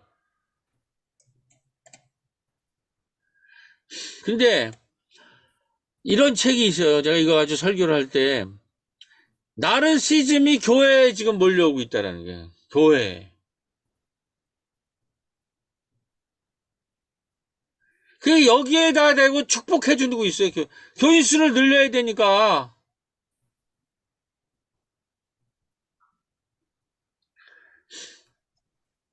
그런데 이 죽음의 길에서 생명의 길을 가려면 이제 그 에릭 프롬에 대한 거 있습니다. 쓴 거를 어떤 분이 요약하는 걸 제가 가져온 거예요. 사람에 대한 사랑은 사회적 생명에 대한 사랑이고 죽음에 대한 사랑이란 사회적 생명의 죽음에 대한 사랑인 바 현대에는 사회적 존재로서 성장하지 못하고 발전하지 못하고 반응하지 못하는 죽은 존재라는 것이다. 정신적으로 죽어서 너무나 슬프고 고통스럽고 불행할 뿐이라는 것이다. 이제 에릭 프롬이라는 것이 그 나치즘의 발생이나 그 나치즘의 그 죽음의 문화에 대해서 연구한 사람들 아니에요? 프랑크푸르트 학파. 그 당시에 그 나치즘을 합법적으로 통과시켰던 독일의 사람들이 이런 죽음에 의해 모여 있다라는 거죠. 정신적으로 건강한 사람이라는 자기애라는 사회적 고립과 죽음에 대한 사랑에서 벗어나서 자기 능력으로 이웃들과 연대하고 단결하기 때문에 고립적이지 않고 자신의 생산적 활동 능력을 공동체를 위해서 사용함으로써 세계를 번역하면서 살아가는 사람이 건강한 사람이라는 거예요. 요즘 김누리 교수가 얘기한 독일이 나치즘을 경험하게 됐지만 교육으로 계속 이러한 이런 나치즘의 이 죽음에 대해서 반성하면서 계속 사회적인 존재로서의 인간 교육을 했기 때문에 저렇게 민주주의 국가의 전형을 일으켜냈다는 거죠. 그러니까 결국 사회적 생명이라고 하는 그 사회적으로 사람과 연대하고 단결하는 이런 사회적 생명에 대한 경험이 없이는 고립하고 자살 충동에 이 사회 전체나 개인이 각자 도생으로 해서 결국 나치즘 같은 그 독재를 탄생시킨다라는 거예요. 자, 요 얘기 이제 결론입니다. 요게 아주 압권인 김태형 선수, 심리학자의 얘기인데, 우리 사회를 어떻게 보냐면, 우울증과 한편에는 자살자가 한편에는 이게 저소득층에서 가난한 자, 힘없는 사람 되고, 힘 있는 사람들은, 부자나 힘 있는 사람들은 학대자들이 된다는 거죠. 아까 학폭이라는 걸 분석해보면 그러는데, 이렇게 분석을 하더라고. 가난하고 힘없는 사람들이 자기 욕망이 좌절될 때, 그러니까 사람이라면 정당한 욕구와 욕망이 있는데 가난하고 힘없는 사람들은 그런 욕망이 자꾸 좌절되면 거기 자기 분노를 느껴요. 근데 이 자기 분노를 해소할 때 가난하고 힘없는 사람은 어떻게 해소하냐면 자기를 학대하면서 남한테 이거 할 수 있는 힘이 없어요. 자기를 학대하면서 자기 문제를 해소할 때 이게 우울증이라는 거예요.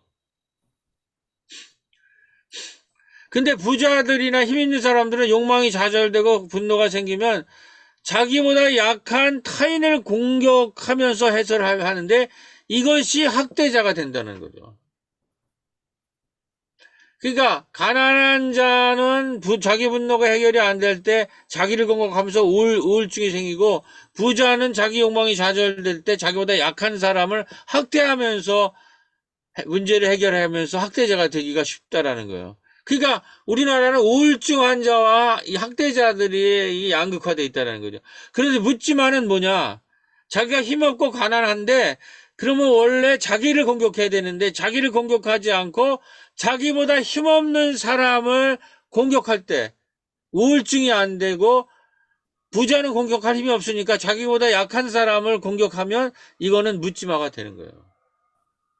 이렇게 분석을 하더라고요. 근데 이게 지금 전 사회가 양극화되어 있다, 심리화가. 뭐 피로 중독 사회 이런 게 다 이런 맥락에서 우울증, 그리고 이게 건강으로 하면은 당뇨 이런 거랑 다 연결이 되는 겁니다. 근데 여기서 중요한 거는 우리는 소아 정신과 발병률이 가장 높은 지역이 강남이라는 거예요. 그러니까 나르시스트들이랑 학대자들이 자녀를 키우고 그 자녀들을 학원에 맡겼을 때 좋은 대학에 가기 위해서 어떤 아이들이 생기냐. 이제 시장에서 키워나가는 애들이 사회로 나오고 애들을 힘을 가지고 학폭을 하던 애들이 지금 그 문제가 되는 게 그러잖아요. 그렇게 한 애가 학교에서 정화를 받지 않고 교권에 의해서 치료를 받지 않고 그 학폭하는 게 무시돼서 걔가 인류대학교를 가고 얘들이 사회 지도층으로 정점에 올라갔을 때 우리 사회의 정신 건강이 지금 어떻게 되느냐는 거죠.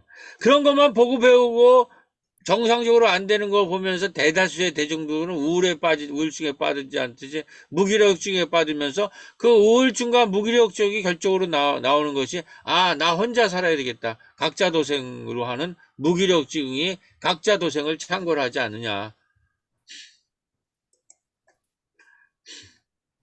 이게 시간이 많아서 그 묻지마에 대해서는 이게 오징어 게임이라는 거죠. 근데 이 핵심은 그동안에 우리는 그 집단 게임을 했는데 청백전으로 해서 이제 줄다리기가 집단 게임인데 여기에서 패배한 자들은 이 집단 안에서는 자기들끼리 서로 위로하고 격려하는 거예요.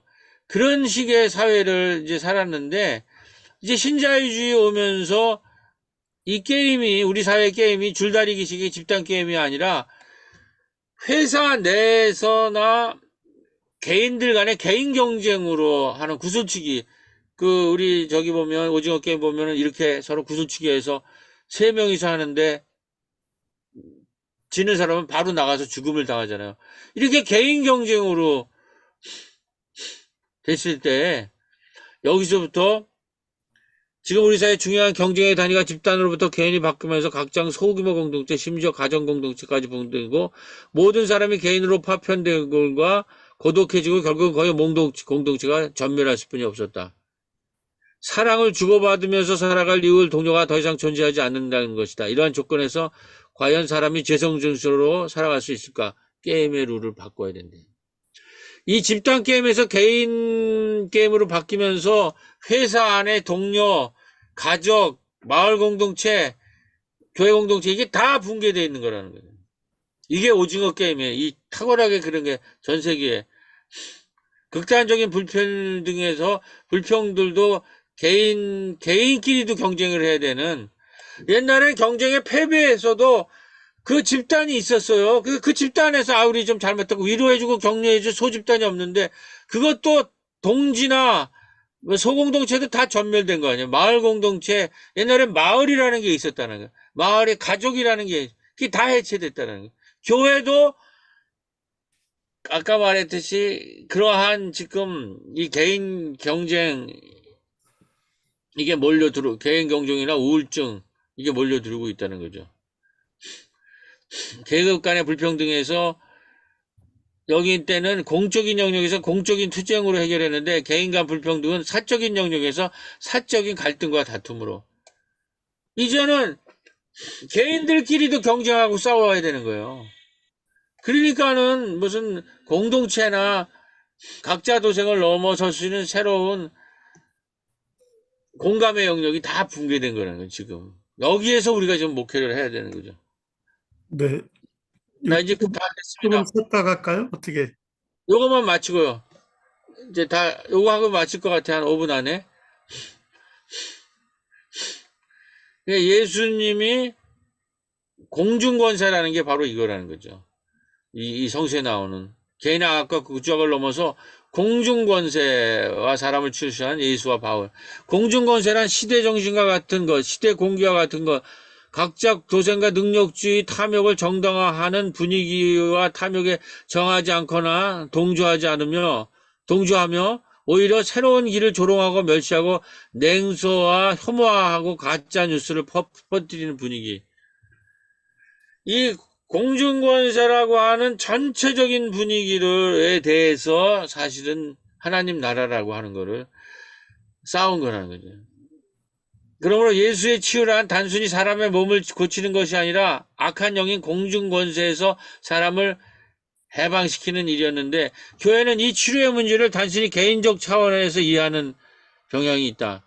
그래서 병든 사람이나 정신과적인 질병 있는 사람들의 문제를 개인의 차원에서만 이해하고 개인의 영적으로 예수를 만나 신비 체험을 통해 치유한다고 믿어왔다는 거죠.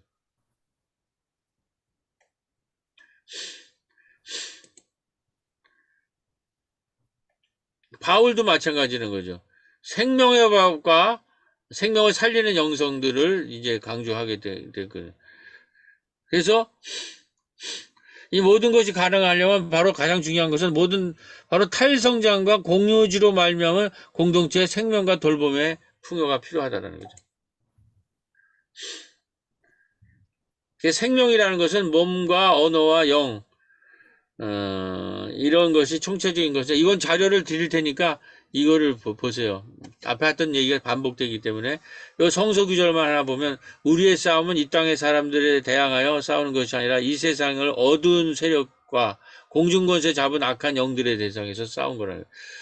이 시대의 전체적인 분위기지. 이 냉소적이고 이 각자 도생적이고 이 개인주의적인 그리고 연대와 협력이 할 수 없는 공동체를 완벽하게 붕괴시키는 이 공중 권세와 싸워야 된다는 거죠. 우리 신앙이라는 것은. 공중 권세란 시대 정신 것이고 공기와 같은 것으로 각자 도생 능력주의 탐욕에 정당하는 분위기에 저항하지 않거나 동조하면서 이러한 분위기로 오히려 의로운 일을 하는 사람을 박해하는, 이게 저는 지금 이 시대의 분이라고 생각을 해요. 그래서 자아도취자 이기주의 나르시즘이 막 교회 창궐 하고 세습을 해도 총회가 이걸 막아내지 못하는. 자, 이게 이제 결론입니다. 그래서 코로나 이후에 영성의 방향이 우리 마을 목회를 하기 위해서는 우리가 여기까지 나가야 되는데, 이 개인의 마음의 생태계뿐만 아니라 공동체의 마음의 생태계를 잃고 마을의 마음의 생태계로 이거를 치료해 나가는, 이 개인 단위가 아니라 개인의 마음의 생태계, 공동체의 마음의 생태계. 코로나 이후니까 우리 교회의 개인들의 마음의 생태계가 많이 변해 있더라고요. 이걸 우리가 읽어내야 돼요, 새롭게. 그 다음에 이 공동체들의, 마을에 있는 공동체들의 마음의 생태계도 있는데, 이거를 마을 마당이라고 하는 새로운 경계선에서 마을의 마당의 생태계를, 그 앞에 쭉 한 얘기죠. 그런 거로 이 전체를 보고 그 마당의 마음의 생태계를 마을의 마당이라는 개념으로 마을의 마음의 생태계들을 치료하는, 마당의 생태계라는 개음의 마음의 생태계와 공동체의 영성을 결합한 거죠. 이런 영성을 마을의 영성으로 우리가 좀 재정립할 때가 되지 않았는가. 네. 네, 여기까지만 오늘 하겠습니다. 네, 조금 쉬었다가 한 20분, 15분 남았는데 한 2, 30분 토론하고 마무리하겠습니다. 한 5분, 이제 5분 정도 어떻게 쉴까요? 네. 네. 그러면 10분 후에 잠깐 모여서 이제 마무리 토론하고 마치겠습니다. 네, 감사합니다.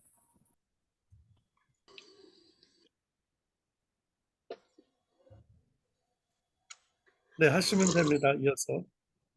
네, 뭐 아까 말씀드린 한 말씀씩 무조건 여기 순서대로 이렇게 나와 있는, 일단 저기 있네요. 박순정 목사님, 그다음에 네.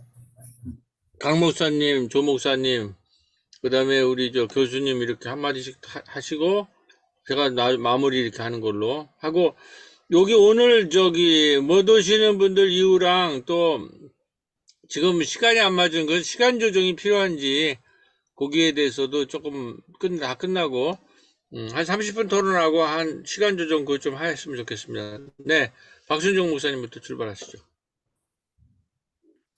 네, 교수님 강의 잘 들었습니다. 여기 제가 그 이주민들 만나고 상담하고 이렇게 또 뭐 애들 만나고 지내는 것도 일종의 마을 목회다는 생각이 좀 들기도 하고요. 네. 이 마을을 그냥 이 마을 동네 이 사람들을 보살피고 살리는 일이 우리 교회의 역할로서 매우 중요하다는 생각을 하고 또 이렇게 교수님한테 배우게 되어서 좋습니다.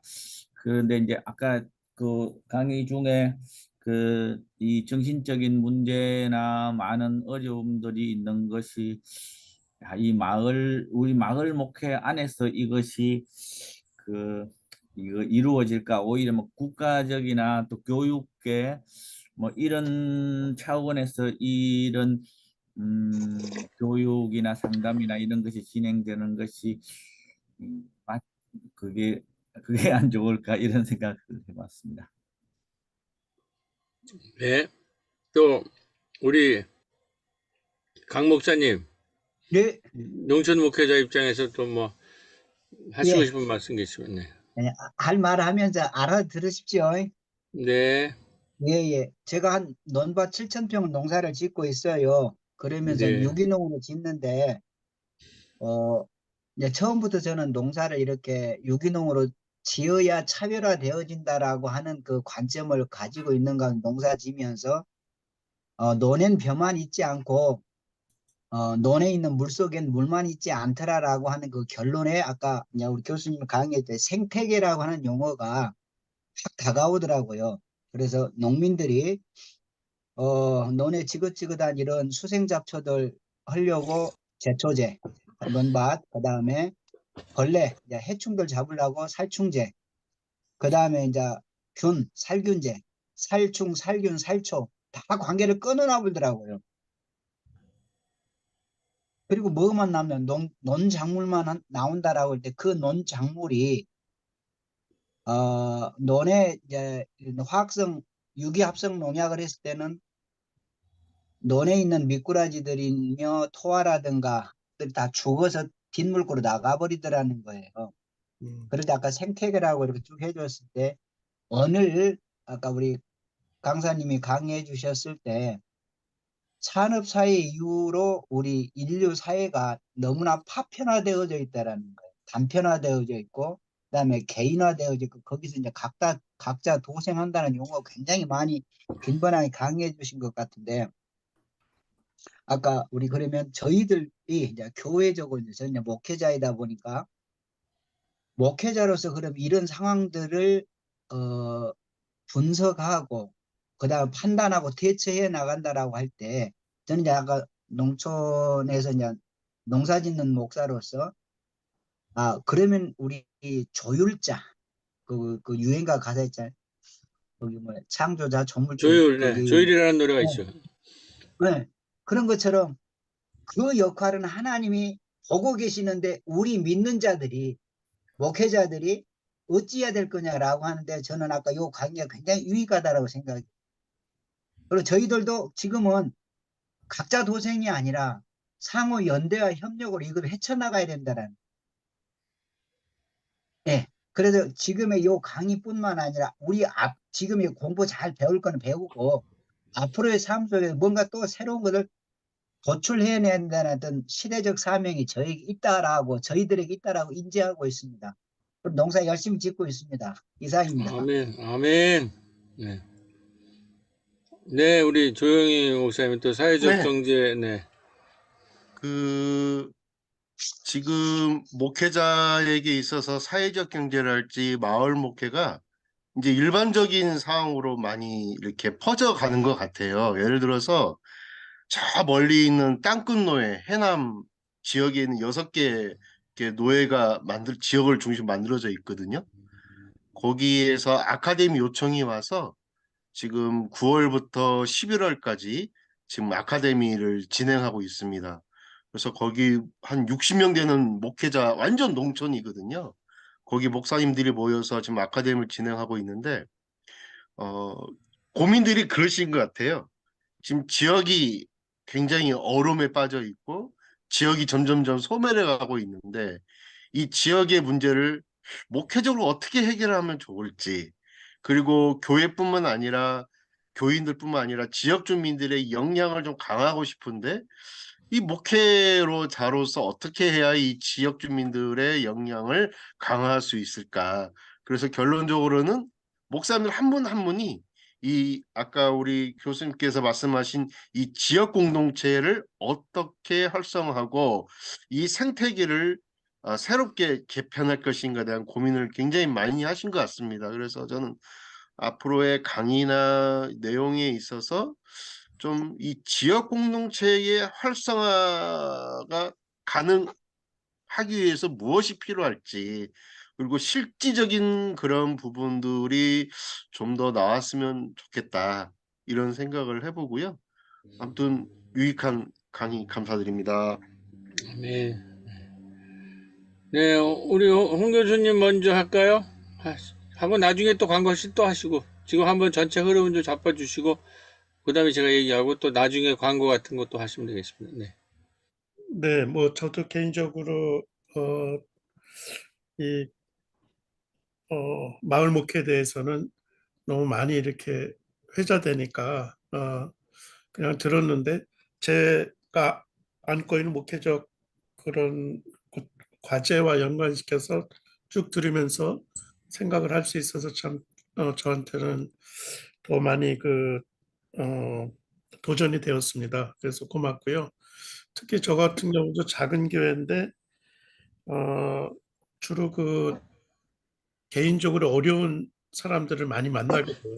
그리고 이것을 풀어나가는데 주로 얘기를 들어보면은 이제 가족의 문제와 연관이 되어 있고 또 우울증의 문제가 있고 그래서 이러한 일들이 개인의 문제가 아니라 어떤 공동체적으로 풀어야 되는 그런 과제를 저는 교회가 안고 있다고 생각을 하는데 이러한 것들을 좀 이 수업을 통해서 큰 그림을 좀 그릴 수 있는 그런 도전이 되는 수업이 되는 것 같아서 저는 들으면서도 많이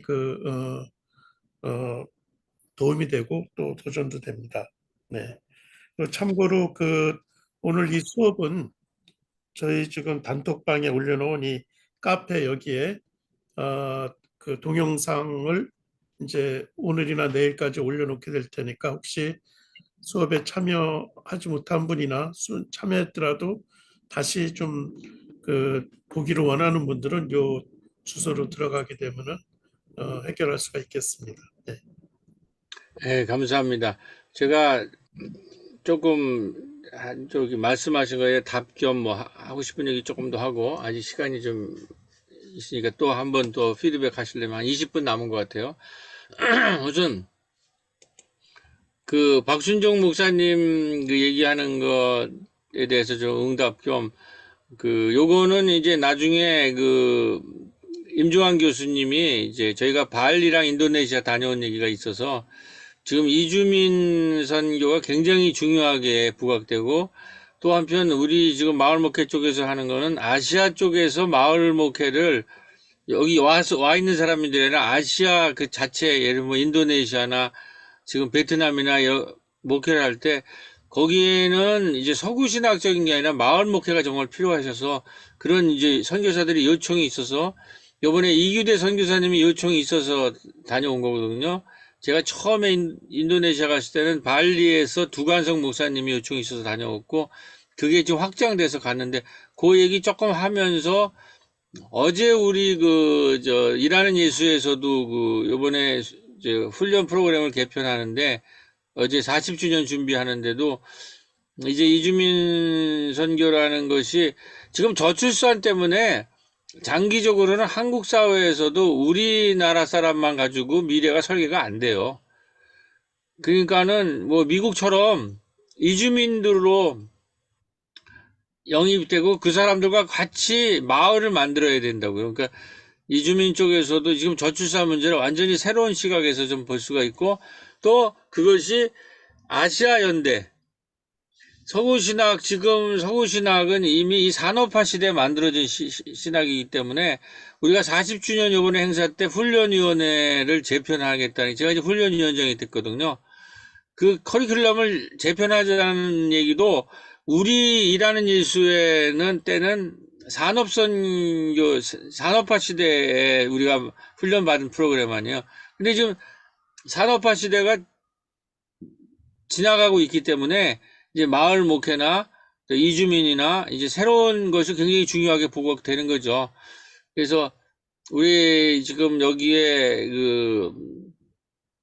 이주민 분야나 사회적 경제 분야나 농촌 분야에 굉장히 중요한 분들을 많이 초대한 거는 이게 좀 지금 그리고 어떻게 잘 돼가지고 마을목회 그 카톡방이 한 100여 분 모여 있는데 거기랑 마을목회 협동조합과 우리 갈릴리 신학교가 사회적 연대라는 그 개념과 마을목회를 결합한 그 강좌를 개설해서 우리 학위과정에다가 붙이고 요것만 들을 사람은 듣고 좋다 그러면 또 참여하는 이러한 것들이 시작이 된 거는 굉장하게 지금 오늘 시간이 맞지 않아서 다 줌으로 나중에 녹화해서 들을 분들이 있지만 한 10대 명이 들어와 있다라는 거는 굉장히 감사한 일이고 요 첫 강의는 하여튼 우리가 오픈을 하려면 이제 두 번째 강의부터도 지금 등록한 분 말고도 또 요청이 있을 수도 있으니까 하여튼 그런 의의를 갖고 그 아시아 선교 쪽에 그런 꿈을 꿨는데 기회가 줘서 이제 갔다 온 건데 발리에서는 두 번에 여기는 힌두교가 여기라서 목회자들은 작더라고요. 그 교단 사람들한테도 가서 했는데 이 두관성 목사는 자기들은 교회를 세우기가 힘들다. 거기가 이제 힌두교나 이슬람이기 때문에 세울 수도 있는 데도 있지만 그 지역에 따라 달라서 그 줌으로 이걸 찾아가지고 저한테 연락이 왔더라고요. 우리 같은 경우에 소수 사람들의 이제가 기독교인이니까 접근 방식을 지역사회 목회, 마을 목회를 했으면 좋겠다. 그렇게 해가지고 이제 이루어졌고요. 근데 이제 제가 해보니까 아까 말했듯이 이분들이 아직 서구 신학의 그것에 있어서 그 한국교회에 대해서 아는 것이 전부 뭐 이제 큰 교회들 뭐 순복음, 명성 뭐 이런 것만 알고 있고 이 작은 교회 운동이나 마을 교회 운동 자기들의 상황은 그런 작은 교회들인데 그런 걸 잘 모르고 있더라고요. 그래서 여기서 얘기한 거는 제가 이제 한국에서 태어난 작은 교회 운동이나 마을 교회 운동을 얘기하면서 지금 그 소위 말해서 산업 물질 문명 시대는 물질이 풍요로운 시대였잖아요. 그걸 추구했을 때 나온 신학이기 때문에 그때 이제 대형 교회, 대량 생산, 대량 소비, 대량 폐기 이런 데들이 나왔기 때문에 코로나 이후에는 물질과 자본이 풍요로운 시대가 아니라 생명을 살리는 이야기가 있어야 돼요. 그런 교회가 필요하다. 그래서 나눔, 돌봄, 밥상, 도서관, 영화제 이런 것들이 어떻게 작은 교회에서 풍요롭고 앞으로 아시아에 있는 교회들은 아시아에서는 기독교가 소수라고요. 지금 작은 거라고요. 전부 이슬람이나 자기들의 종교를 이미 다 갖고 있고 그런 데에 있어서는 그들과 같이 소통하면서 작은 곳으로서의 의미가 되려면은 돌봄과 생명이 풍요로운 그런 얘기를 하는데 상당히 이제 설득이 돼가지고 두 번째로는 이제 그런 얘기도 들으면서 이규대 선교사가 거기에서 중요 교단과 의과대학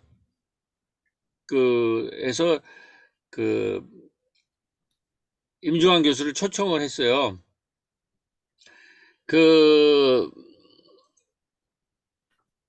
이제 제가 이제 요거는 몇 주 전에 우리 교회 선교 보고한 건데, 우리로서는 이제 그 마케도니아에서 성서로서는 이제 도와달라고 부르는 것처럼, 그래서 거기 주로 교단 인사들랑 이제 얘기를 했는데, 결론적으로 잘 소통이 됐어요. 이게 뭐냐면, 이 교단에서 지금 선교사로부터 병원을 이제 받는데, 그 병원을 이규대 선교사, 여기 있는 분들은 이제 서구 신앙 이런 거 잘 모르니까는 그 선교사한테 받으니까 이거를 이제 첨단 이제 잘 사는 나라 선진국처럼 첨단 기술을 통해 가지고 이런 거를 새로운 병원을 만들어 보겠다고 이렇게 생각했는데 임종환 교수가 그 가치경원연구원에 있는 분들을 데려가 가지고 지금 아시아에서 병원을 한다는 것은 그 의료 전문가니까 그런 식의 첨단 기술로 된 게 아니라 마을 사람들과 함께 지역사회의 건강적인 돌봄을 하는 마을 병원이 탄생해야 된다. 그리고 우리나라에는 주치의가 있어야 된다. 기술이 돈 값싼 병원 의료기기도 필요한 건 가져와야 되겠지만 그게 중심이 될 수 없다. 아시아에서는. 그런 얘기를 하고 여기 전문가랑 같이 갔을 때 많은 이제 소통이 됐어요. 그래가지고 이분들이랑 이제 같이 팀워크를 해서 한국에 오고 이 사회적 가치 교육 이런 새로운 의미의 마을 병원들을 하는 거를 같이 협력하기로 40명 정도 해가지고 모여서 해서 총회장과 의논해서 그걸 합의를 하고 왔거든요, 우리가. 그러니까 굉장한 성과가 있는 거죠. 그리고 우리가 본 거는 인도네시아가 우리 한국 교회는 이제 저출산에 굉장히 노인화되는 이런 거라면 뭐 베트남도 마찬가지지만 굉장히 젊은이들이 많고 활기가 있더라고, 사회가. 근데 아직 이런 거랑 이제 우리가 좀 앞으로 나가는 것도 있죠. 근데 사회적으로는 훨씬 더 가능성이 많아서 이 연대를 해가지고 이규대 선교사는 라이프 센터 같은 거를 같이 세워보자 뭐 이런 이제 토론들이 그 내내 있었는데 중요한 거는 거기가 인구가 워낙 많아가지고 이슬람이 거의 90%고 기독교인은 10%뿐이 안 되는데 그 10%가 인구가 많으니까 한국 교인보다 많아요. 거기서는 10%뿐이 안 되는 교인이지만 인구가 많아가지고 그러니까 우리가 앞으로 그리고 그 10% 되는 크리스찬들이 그 사회에서는 그래도 발전적이고 진보적이라서 굉장히 많은 뭐 공무원이나 이런 아주 우리나라에서도 좋은 위치에 있는 사람들이 일을 할 수 있는 사람들이 크리스찬이 많아가지고 굉장히 그런 사람들이 모여 사는 곳에서는 아주 좋은 일을 많이 할 수 있는데 그것에서 우리가 지금 강의라고 병원들에서 다니면서 했는데 여기 내가 사진 갖고 있는 구름대처럼 사람이 모였더라고. 구름대처럼 병원에. 예. 하여튼 그래서 저는 마을 목회를 서구했고 임종환 교수는 사회적 연대 경제를 했는데 아시아에서 이것이 굉장히 필요하다라는 거고 그 다음에 우리 한국도 앞으로는 이 지금 출산율로는 우리나라 사람만 가지고는 살 수가 없어요. 어차피 이주민을 받아들이고 이주민과 함께 마을을 구성해서 가고 그게 양쪽 나라를 왔다 갔다 하면서 아시아 선교라는 이제 새로운 이미 서구의 북방부는 하향세고 지금 모든 기독교는 이제 남반부 신학으로 가는데 남반부 신학의 가장 중요한 것 중에 하나가 마을 신학이 될 가능성이 높다라는 거를 그래서 우리 하여튼 어차피 지금 베트남 선교나 또 대구에서 활발한 활약을 계시는 우리 목사님께서 많은 좀 이 분야에 대해서 저거를 했으면 이제 좋겠고요. 저기 뭐 농촌 쪽은 뭐 그동안에 농민 선교 이런 거를 많이 해서 이미 뭐 이 생태나 생명농업도 많이 하고 이미 그 저기 뭐야 아시아 생명농업 같은 것들로 지금 많이 연대가 되잖아요. 네, 그런 것도 조금 더 확장할 필요가 있겠다. 그리고 네, 지금 아까 조영희 목사 얘기한 것처럼 우리도 이번에 농촌 그거 하는데 아직 오지에도 마을 목회 관심이 많다고 그러는데 우리 여기에서 이제 학위 과정에 있는 사람들이 조금 더 깊이 연구해서 그분들이 현장에서 사용할 수 있는 뭐 농민신학 자체는 마을 신학이네 마을 목회고 마을 신학이니까 그거를 아주 현장적인 그 지금 돌파구가 될 수 있는 이게 지금 전부 우울하고 디프레스 되고 냉소적으로 된 거를 마을 목회 일종의 저는 이제 부흥회가 일어난다고 생각하는데 그 길거리를 하여튼 지금 우리 강 목사님이랑 그 정 목사님이 조금 더 깊이 공부를 해가지고 그러니까 나는 이제 그런 면에서 이제 우리 단계가 이런 영성까지 가야 된다. 마당 영성.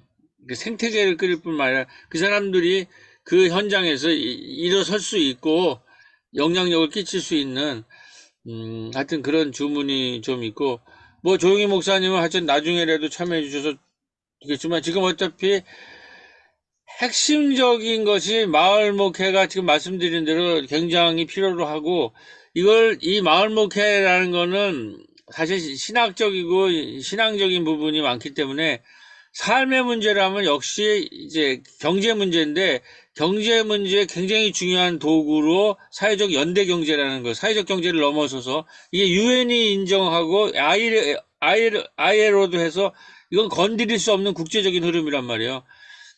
이제 그거를 결합해, 그래서 이번에 그 이름을 전격적으로 굉장히 사실 개인적으로 모험을 했는데, 하여튼, 이걸 갖고 지금 강좌가 열린 거예요. 그래서 이거를 우리가 진짜 사활을 걸고, 우리 대학의 이름이, 우리가 여는 지금 계절학교 이름이 사회적 연대 마을 목회 대학이거든요. 이거를 잘 발전시켜서 본인이 이제 앞으로는 이제 강사로, 이거 끝나고 좀, 우리 조 목사님도 학위 과정까지 하면, 우리가 학위하는 분들은 다 이제 강사로 이제 나오거든요. 그러하는 플랫폼을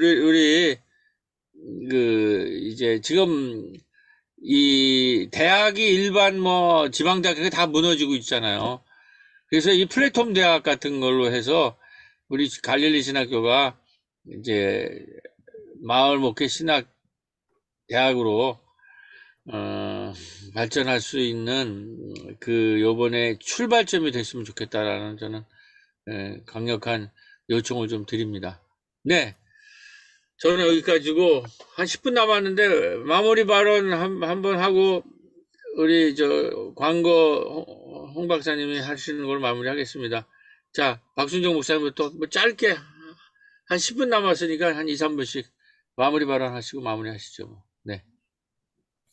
이제 저희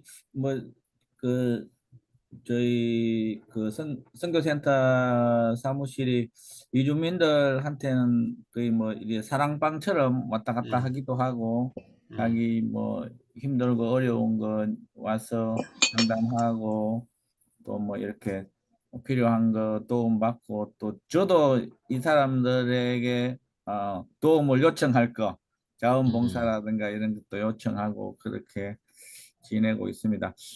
이 수업을 통해서 좀 더 이 체계적으로 배워서 잘 해보고 싶습니다. 아멘. 강 목사님 예, 열심히 마무리 발언. 저도 예. 열심히 농사 짓고 있습니다. 지금 마늘 양파밭 조성해야 됩니다. 끝나고. 감사합니다. 아멘. 네. 조 목사님 마무리 발언. 예, 열심히 하겠습니다. 네, 홍 박사님 저거 해주시죠. 광고나 뭐. 그 수업 들으시는 분들께 여기 단톡방에 갈릴리 신학대학원 입학 원서를 올려놓을 거예요.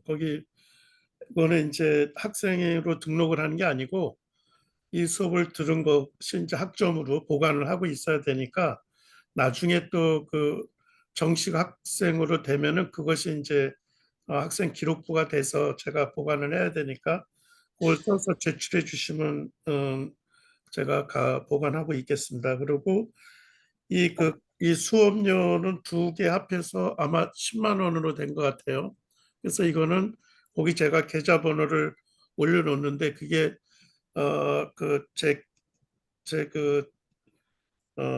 공식 학교 계좌는 아니고 저희가 그냥 임시로 쓰고 있는 그건데 새로 만들기가 굉장히 어려워서 일단 그렇게 하고 있으니까 무슨 홍상태 나오고 뭐 은혜의 집 이렇게 나와도 그냥 그게 갈릴리 계좌구나 이렇게 생각하시면 되겠습니다. 그리고 나중에 학위로 전환을 하게 되시면은 학위 과정은 학기당 다른 데보다 굉장히 좀 저렴합니다. 그렇게 해서 어쨌든 그 학위 과정으로 하시는 분들은 나중에 또 안내를 드리고요. 그다음에 중요한 거가 다음 주가 추석이에요. 그래서 우리 교수님 어떻게 네, 지금 그것만 하고 마무리합시다. 그러면 그거 좀 좋겠습니다. 9월 29일은 연휴라 쉬고요. 그 다음 주 10월 6일에 돌봄마을과 마당 플랫폼 교회 할 거고 13일에 제가 이제 마을목회 성서적 배경을 이제 아마 하게 될 것 같고요. 그다음에 20일 날 세솔 클러스터를 중심으로 한 사회적 연대 경제 실천 박남수 목사님이 하고, 그다음에 마을 목회와 사회적 연대 경제는 임종환 교수님 지금 미국에 가 있어서 이게 지금 조정이 된 겁니다. 그거를 임종환 교수님이 27일 날 하고 13일경에 11월 3일에 수강생들이 강의 내용 듣고 현장에 살해하는 것은 그건 5분 내지 10분 정도씩 숫자에 따라서 발표하는 거로 그렇게 이제 마무리 시간은 마지막 시간은 이제 수강생들 발표하는 시간입니다. 이런 식으로 일단 했는데 이게 좀 조정이 있을 수 있는데 일단은 요렇게 한 걸로 제가 저기 올리겠고요.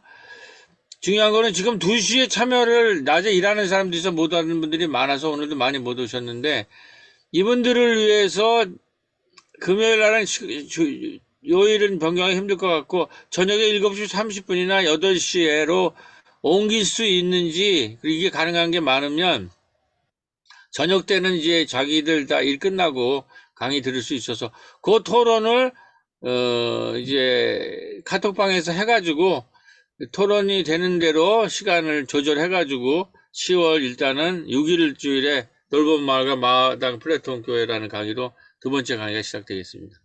네. 그러면은 다음 주는 휴관이고요.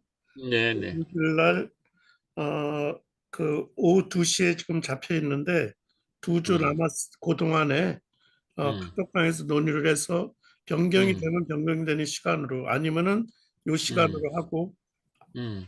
안 되는 분들은 동영상으로 올려놓으니까 제가 네네. 그러면은 거기에 들어가서 음. 그대로 요습을 들으니까 그렇게 진행하면 될 것 같습니다. 네. 네.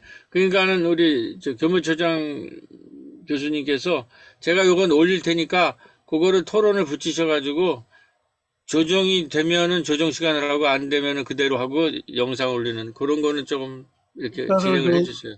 수업은 요걸 이제 끊어도 되겠죠? 네. 네네. 네, 수업은 녹화는 여기까지 하겠습니다. 네. 네. 목사님, 그 네. 녹화는 강의안은 끝내요.